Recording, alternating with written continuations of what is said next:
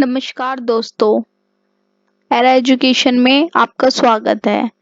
आज फिर हम हाजिर हैं वीकली करंट अफेयर्स वीडियो के साथ, जहां 23 से 29 नवंबर के बीच हुई सभी ऐतिहासिक व करंट घटनाओं का उल्लेख है।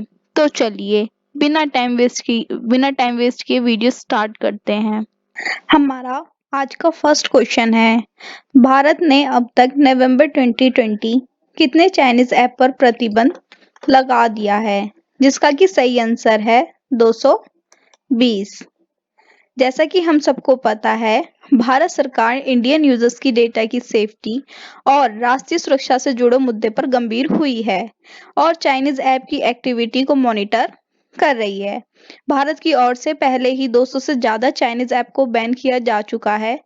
पहले ही बैन किए गए ऐप्स में बहुत ही पॉपुलर ऐप्स जैसे कि WeChat reading, ludo all star से लेकर पबजी मोबाइल लाइट जैसे पॉपुलर गेम्स तक शामिल हैं। भारत के सबसे popular video making platform TikTok पर भी सरकार ने बैन लगा दिया है। नवंबर में सरकार की ओर से 43 अन्य चाइनीज ऐप को बैन करने का फैसला लिया गया है और बैन किए गए ऐप्स की लिस्ट में चीन के अलीबाबा ग्रुप से जुड़े कई ऐप्स और पॉपुलर गेम्स तक शामिल हैं। सरकार ने सबसे पहले जून में 59 चाइनीज ऐप पर बैन लगाया था और इसके बाद सितंबर में 118 ऐप्स को भी बैन किया गया था। आपके इंफॉर्मेशन के लिए, जैसे कि इंफॉर्मेशन टेक्नोलॉजी एक्ट के सेक्शन 69A के तहत अब बैन किए गए 43 ऐप को भारतीय यूजर्स एक्सेस नहीं कर पाएंगे। केंद्र सरकार की ओर से शेयर किए गए ऑफिशियल स्टेटमेंट में कहा गया है कि सरकार को ऐसे इनपुट्स मिले हैं कि ये ऐप्स भारत की एकता और अखंडता, भारत की सुरक्षा, स्टेट सिक्योरिटी और पब्लिक ऑर्डर को नुकसान पहुंचाने वाली एक्टिविटी में शामिल थे। चलिए तो इसी के साथ अब हम अपने नेक्स्ट क्वेश्चन पर आते हैं। हमारा नेक्स्ट क्वेश्चन है, हाल में ही लव जिहाद के मामलों को बढ़ते देख किस सरकार ने 10 साल की सजा प्रावधान दिया है। हमारे पास चार ऑप्शन है, गोवा, उत्तर प्रदेश, पंजाब एंड महाराष्ट्र। इसका सही आंसर है उत्तर प्रदेश। जैसा कि हम सबको पता है, यूपी के कैबिनेट ने 24 नवंबर को गैर कानूनी धर्मांतरण विधेयक को मंजूरी दी थी। कानून के मुताबिक जबरदस्ती प्रलोभन से किया गया धर्म परिवर्तन असंज्ञेय और गैर जमानती अपराध होगा। इस कानून को तोड़ने पर कम से कम 15,000 रुपए जुर्माना और 1 से 5 साल तक की सजा होगी। अगर यही काम नाबालिग या अन्य सूचित जाति या जनजाति की लड़की के साथ करने में कम से कम 25,000 रुपए जुर्माना और 3 से 10 साल तक की सजा होगी। गैर कानूनी सामूहिक धर्म परिवर्तन में कम से कम 50,000 रुपए जुर्माना और 3 से 10 साल तक की सजा होगी। अगर धर्म परिवर्तन के लिए तयशुदा फॉर्म भरकर 2 महीने पहले जिलाधिकारी को देना होगा। अगर कोई भी इसका उल्लंघन करता है तो उसे कम से कम 6 महीने से 3 साल तक की सजा और कम से कम 10,000 रुपए का जुर्माना देना होगा। इसके तहत अगर कोई धर्म छिपाकर किसी को धोखा देकर शादी करने पर 10 साल की सजा होगी। हमारा थर्ड क्वेश्चन है, भारत सरकार ने आयुर्वेद के पोस्ट ग्रेजुएट डॉक्टरों को सर्जरी करने की इजाजत कब दी है। 20 नवंबर, 20 जून, 1 अगस्त या फिर 2 जुलाई। जिसका सही आंसर है 20 नवंबर। जैसा कि हम सबको पता है, 2020 कोरोना संक्रमण का साल रहा है। तो कोरोना संक्रमण के बाद से ही भारत सरकार स्वदेशी वस्तुओं और उद्योगों को लगातार बढ़ावा दे रही है। इसी क्रम में भारत सरकार ने चिकित्सा के क्षेत्र में आयुर्वेद को और बढ़ावा देने के लिए आयुर्वेद के पोस्ट ग्रेजुएट डॉक्टरों को सर्जरी करने की परमिशन देने का फैसला किया है। सरकार ने 20 नवंबर के अपने बजट नोटिफिकेशन के जरिए आयुर्वेद के पोस्ट ग्रेजुएट डॉक्टरों को सर्जरी करने की इजाजत दी है। हम आपकी इंफॉर्मेशन के लिए बता दें, इन 58 तरह की सर्जरियों में हड्डी रोग, आंखों की सर्जरी, कान, गला और दांत की सर्जरी, स्किन ट्यूमर की सर्जरी, अल्सर व पेट की सर्जरियां जैसी सर्जरियां शामिल है। अंग्रेजी माहौल के पले बड़े लोग और एलोपैथ के डॉक्टर पोस्ट ग्रेजुएट आयुर्वेद चिकित्सकों की सर्जरी का अधिकार दिए जाने पर भले ही तंज कस रहे हैं। इंडिया मेडिकल एसोसिएशन (IMA) ने फैसले की आलोचना की है। अब हमारा 4th क्वेश्चन आता है, डिएगो माराडोना की मृत्यु कब हुई?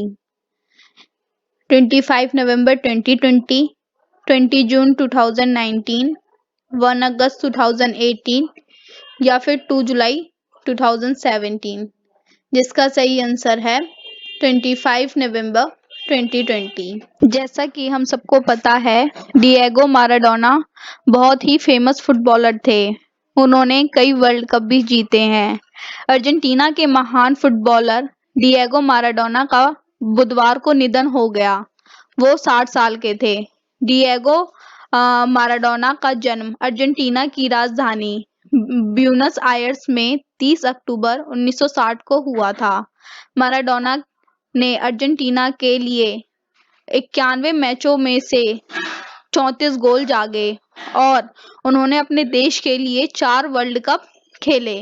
माराडोना के लिए बतौर कप्तान सबसे ज्यादा वर्ल्ड कप मैच खेलने का रिकॉर्ड दर्ज है। माराडोना ने अर्जेंटीना के लिए बतौर कप्तान 16 वर्ल्ड कप मैच खेले हैं। वहीं उन्होंने कुल 21 वर्ल्ड कप मैचों में हिस्सा लिया है। हमारा 5th क्वेश्चन है, भारत में संविधान दिवस कब मनाया जाता है? 26 नवंबर, 20 जून, 1 अगस्त या फिर 2 जुलाई, जिसका सही आंसर है 26 नवंबर। जैसा कि हम सबको पता है, इतिहास रचने वाले डॉक्टर भीमराव अंबेडकर आजाद भारत के पहले कानूनी मंत्री थे। 26 जनवरी 1950 को भारत का संविधान लागू हुआ था, लेकिन इसे 26 नवंबर 1949 को अपनाया गया था। डॉक्टर भीमराव अंबेडकर को भारत के संविधान निर्माता कहा जाता है। हमारे देश का संविधान दुनिया का सबसे बड़ा संविधान है। सभी संविधानों को परखने के बाद इस संविधान का निर्माण कराया गया। संविधान लागू होने के समय इसमें 395 अनुच्छेद, 8 अनुसूचित और 22 भाग थे, जो वर्तमान से बढ़कर 448 अनुच्छेद, 12 अनुसूचित और 25 भाग हो गए। हरियाणा सरकार ने राज्य के सभी सरकारी कार्यालयों में और शाखाओं में 26 नवंबर को संविधान दिवस मनाने का निर्णय लिया। इन कार्यक्रमों में संविधान की प्रस्तावना को पढ़ा जाएगा। अब हमारा 6th क्वेश्चन आता है, इंग्लैंड के मशहूर भूविज्ञानी चार्ल्स डार्विन की मशहूर किताब on the origin of species का पहली बार प्रकाशन कब हुआ? 24 नवंबर 1859, 1 अगस्त, 2 जुलाई या फिर 20 जून, जिसका राइट आंसर है 24 नवंबर 1959। डार्विन ने बताया था कि धरती पर एक ही पूर्वज के जरिए सभी प्रजातियां अस्तित्व में आई हैं और एडिनबर्ग यूनिवर्सिटी में डॉक्टर बनने के लिए वहां खून देकर डर गए और यही विचार त्याग दिया। डार्विन की किताब ओरिजिन ऑफ स्पीसीज की 1250 प्रजातियां प्रकाशित हुई और हर किताब 15 शिलिंग्स में बिकी। आज इनकी कीमत $23,000 है। डार्विन की इस किताब के कारण कई धार्मिक मान्यताओं को भी झटका लगा। पहली बार जीवों की उत्पत्ति पर किसी ने इतनी बड़ी किताब नहीं लिखी थी।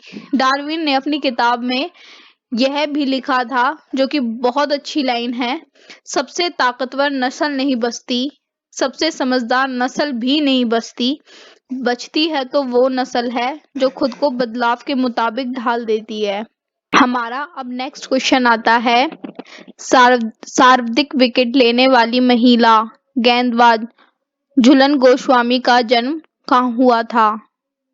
बंगाल, हरियाणा, गोवा या फिर जम्मू? जिसका सही आंसर है बंगाल। झूलन गोस्वामी बहुत ही पॉपुलर क्रिकेटर थी, जिन्होंने 1982 25 नवंबर बंगाल में झूलन गोस्वामी का जन्म हुआ था, जिन्होंने 15 साल की उम्र में क्रिकेट खेलना शुरू किया। आईसीसी ने 2007 में सबसे तेज गेंदबाज घोषित किया।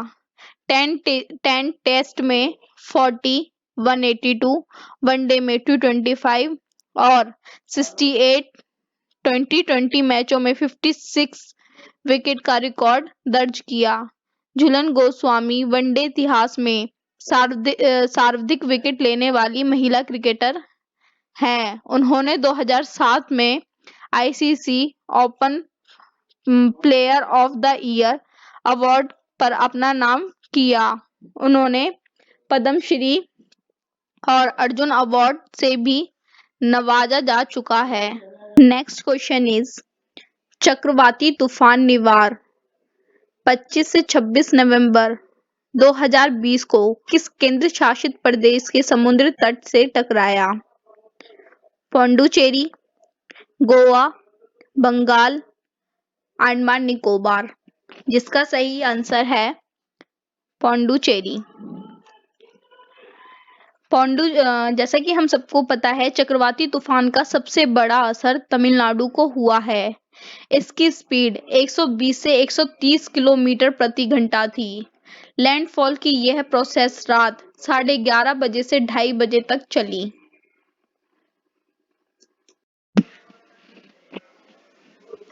अब हमारा नेक्स्ट क्वेश्चन आता है, लैंडलाइन फोन से मोबाइल पर कॉल करते समय मोबाइल नंबर से सबसे पहले कौन सा अंक लगाना 15 जनवरी 2021 से अनिवार्य होगा? First is 91, second is +91, then third is 091 and fourth is 0। जिसका सही आंसर है 0। हम आपकी इंफॉर्मेशन के लिए बता दें, हाल में ही दूरसंचार विभाग ने इसे लागू करने का फैसला किया है। Try telephone regulatory authority of India की सिफारिश पर दूरसंचार विभाग ने इसे लागू करने का फैसला किया है। सभी फिक्स्ड लाइन से मोबाइल पर फोन करने के लिए 15 जनवरी 2021 से नंबर से पहले 0 लगाना अनिवार्य होगा। लैंडलाइन से लैंडलाइन, मोबाइल से लैंडलाइन और मोबाइल से मोबाइल पर फोन करने में कोई बदलाव नहीं होगा। दरअसल अभी 10 अंकों का मोबाइल नंबर होता है। आने वाले समय में मोबाइल नंबर की जरूरत और बढ़ने वाली है। ऐसे में यह अंक 11 होने की संभावना है, इसीलिए इसे लागू किया गया है। अब हम अपने नेक्स्ट क्वेश्चन पर आते हैं। हमारा नेक्स्ट क्वेश्चन है, राज्यसभा सांसद अहमद पटेल का निधन 25 नवंबर 2020 को हो गया। वह किस पार्टी के नेता थे? कांग्रेस, बीएसपी, राजद या भाजपा? अहमद पटेल कांग्रेस के नेता थे। वह गुजरात के राज्यसभा सदस्य और कांग्रेस के भरोसे योग्य नेता थे। वर्ष 2001 से सोनिया गांधी के राजनीतिक सलाहकार थे। 71 वर्ष की उम्र में उनका निधन हुआ। उन्हें 1 अक्टूबर को कोरोना वायरस का इन्फेक्शन हुआ था। इसके बाद वह उनकी अस्पताल में भर्ती हुए और उनके शरीर के कई अंगों ने काम करना बंद कर दिया था, जिसके कारण कि उनकी मृत्यु हो गई। क्वेश्चन इज, अंतर्राष्ट्रीय महिला हिंसा उन्मूलन दिवस कब मनाया जाता है? 25 नवंबर, 26 नवंबर, 24 नवंबर या 23 नवंबर? इसका सही आंसर है, यह दिवस 25 नवंबर को मनाया जाता है। यह दिवस पूरे विश्व में महिलाओं के खिलाफ हो रही हिंसा को रोकने के लिए मनाया जाता है। यह दिवस संयुक्त राष्ट्र संघ द्वारा वर्ष 1999 से मनाया जा रहा है। यह दिवस डोमिनिक तानाशाह राफेल त्रिजलों द्वारा सामाजिक कार्यकर्ताओं मीराबल बहनों की हत्या के विरुद्ध मनाया जाता है। इनकी हत्या वर्ष 1960 में कर दी गई थी। संयुक्त राष्ट्र संघ का मानना है कि महिलाओं के खिलाफ हिंसा मानवाधिकार का उल्लंघन है। अब हमारा लास्ट क्वेश्चन आता है, एटीपी वर्ल्ड टूर्नामेंट 2020 किसने जीता? First option is Daniil Medvedev, second is Dominic Thiem, third Rafael Nadal and fourth is Novak जोकोविच। जिसका सही आंसर है डेनिल मेदवेदेव। रूस के डेनिल ने 22 नवंबर को खेले गए इस टूर्नामेंट में अमेरिका ओपन के विजेता ऑस्ट्रेलिया के डोमिनिक थीम को हराया है। यह अभी तक उनके करियर में सबसे बड़ा खिताब है। खिताब विजेता डेनिल को $57 लाख प्राइज मनी मिली।